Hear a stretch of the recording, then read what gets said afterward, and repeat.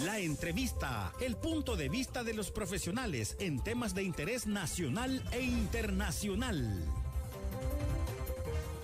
Eso sería lo principal, Mauricio, disculpe, de que el gasto, el uso de los gastos reservados no le compete a usted ni estaba a su acceso, digamos. Ese sería el punto principal quizás, o el revés que ha sufrido la Fiscalía con los peritos.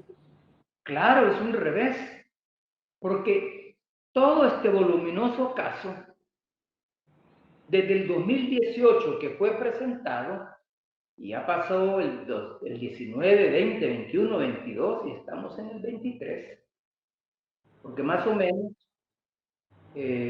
por esta fecha, incluso antes, ahí por agosto del 2018 fue que se presentó el caso por el ex fiscal Douglas Meléndez. Han pasado 5 años y todo se ha armado en base a la declaración de testigos criteriados que aseguran que yo manejé en forma fraudulenta la partida de gastos reservados. Desvié recursos que estaban destinados para unos destinos aprobados por la Asamblea y yo los desvié a otros destinos que no fueron aprobados por la Asamblea para beneficiarme yo o para beneficiar a otras personas, funcionarios, familiares, amigos, etc. 5 años, Francisco, han basado su argumentación en eso. Y hoy viene la perito nombrada por la Fiscalía y saca esa conclusión. Y la comunica ahí en la audiencia. Entonces, por supuesto, que esa conclusión sale del interrogatorio que le hace la defensa técnica. Hábilmente, la defensa técnica le pregunta. Bueno, yo no estuve en la audiencia, no puedo saber el tenor de la pregunta, pero es lo que un solo periódico, Diario El Mundo, ahí reproduce claramente. Se pueden ir, los que me están viendo hoy, a las noticias de la semana pasada, miércoles, ya noche o jueves, durante el día, donde ahí claramente dice: perito contable descarta que expresidente Mauricio Funes haya manejado la partida de gastos reservados. La conclusión es obvia, Francisco. Si yo no manejé la partida de gastos reservados porque no tuve acceso a ese fondo, ¿cómo la pude haber malversado? Para haberla malversado, para haber desviado los recursos de la partida de gastos reservados hacia otros fines, para favorecerme del manejo de la partida de gastos reservados, debería de haber tenido acceso a ella. Y no tuve acceso a ella. Eso lo he venido diciendo yo desde el principio, desde que se estaba armando este complot orquestado por la derecha oligárquica en complicidad con la Fiscalía General de la República, que más bien fue su instrumento de persecución, yo diría que en complicidad con algunos medios de derecha. Yo no vi esa noticia, la anduve buscando, no la vi en la prensa gráfica, no la vi en el Diario de Hoy, no la vi en la radio YSKL, mucho menos en las radios que controla el sistema como Órbita FM o las radios del grupo de SACA, el grupo SAMIX. No la vi, no vi, la anduve buscando, monitoreando. La monitoreé durante el miércoles en la noche y la monitoreé durante el jueves todo el día y todavía la seguí monitoreando porque bueno, quizás no le dieron relevancia y la van a sacar después. A la fecha no existe esa noticia. Una noticia que a mí me parece relevante no porque tenga que ver conmigo, me parece relevante porque vota el principal argumento de la Fiscalía en mi contra y en contra de los funcionarios que están siendo imputados. Entonces hay un claro complot armado por la derecha oligárquica, que es la que ha patrocinado a los diferentes fiscales. El fiscal de hoy no, el fiscal de hoy lo patrocina Nayib Bukele. Pero Douglas, además, no es este fiscal el que inició el proceso judicial en mi contra. Él lo heredó. Pero él es el que está conduciendo a la representación fiscal que está en estos momentos en los tribunales. Entonces la misma fiscalía debe poner sus barbas en remojo. No solo el juez, la misma fiscalía. Pero, ¿quién nombró a Douglas Meléndez? La derecha.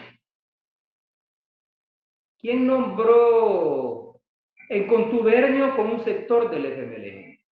¿Quién nombró a Raúl Melara? La derecha. ¿A quién respondía Raúl Melara? A la derecha. Y no venía de las filas de Arena, pues. No fue asesor jurídico del candidato al cargo de fiscal general de la República. Y ahora, Rodolfo Delgado. O sea, son 3 fiscales los que han tenido el caso mío, que implica a los 14 imputados, que son imputados presentes y que están enfrentando la justicia en estos momentos ahí en San Salvador, en el tribunal de sentencia. Porque quiero aclarar, yo no estoy incluido en la lista, porque soy imputado ausente, pero tarde o temprano me van a aplicar a mí la reforma al Código Procesal Penal que aprobaron el año pasado los diputados del oficialismo, que establece que un imputado ausente, considerado como reo rebelde, puede enfrentar cargos aunque no esté presente en el juicio, siempre y cuando esté presente su abogado. Y si no tiene abogado, pues el mismo juez le nombra defensor público. Esa es una trampa, Francisco. Porque en el caso mío, por ejemplo, ya se llevaron a cabo 2 juicios donde he sido condenado. El caso Tregua y un caso de evasión de impuestos. Y en ambos se supone, según la prensa, que yo tenía defensor público nombrado por los respectivos jueces. Pero nunca se comunicaron conmigo. Si la labor de un defensor es comunicarse con su defendido, con su cliente, para que éste le proporcione información que le pueda servir en el proceso, para presentar pruebas de descargo o para planificar una estrategia de defensa. Pero nunca se comunicaron conmigo. Entonces, esa es una defensa ridícula. Ridícula. Es una pantomima. ¿Qué defensa tuve yo en ambos casos si mi defensor público nunca tomó contacto conmigo? Es que usted está en Nicaragua, puede decir cualquiera. Así es, estoy en Nicaragua, pero la embajada de El Salvador, aquí en Nicaragua, en Managua, sabe perfectamente cuál es mi dirección porque me han notificado de otros procesos. Me han notificado. Entonces, ¿cómo en este caso no me pudieron notificar? No me pudieron notificar quién eran mis defensores como para que yo tomara contacto con ellos. Además, mi teléfono. El Estado, incluso a través de la misma fiscalía, mi teléfono debe de estar seguramente intervenido por razones judiciales. No es una intervención ilegal. Las escuchas telefónicas según la Constitución son permitidas cuando hay una orden judicial. Seguramente los diferentes jueces que tienen los procesos en los que yo estoy siendo imputado han de haber emitido alguna orden para que me intervengan mi teléfono. Y el teléfono que yo tengo aquí es el mismo que compré cuando vine allá por abril o mayo del 2016. Pero bueno, el asunto es volviendo al caso. Mi conclusión es, se le cayó estrepitosamente el argumento que era la base de la imputación que me hacía la Fiscalía, siendo Fiscalía en caso saqueo público. Y por ende, la imputación contra los otros imputados, sobre todo mis familiares, porque según la Fiscalía, familiares míos que están imputados, mi ex esposa, Wanda Piñato, que fue la primera dama, dos de mis hijos, los mayores, que están imputados, según la Fiscalía, yo les pasaba dinero mensualmente de casa presidencial, de los fondos de los gastos reservados. Y entonces, ¿qué hacía?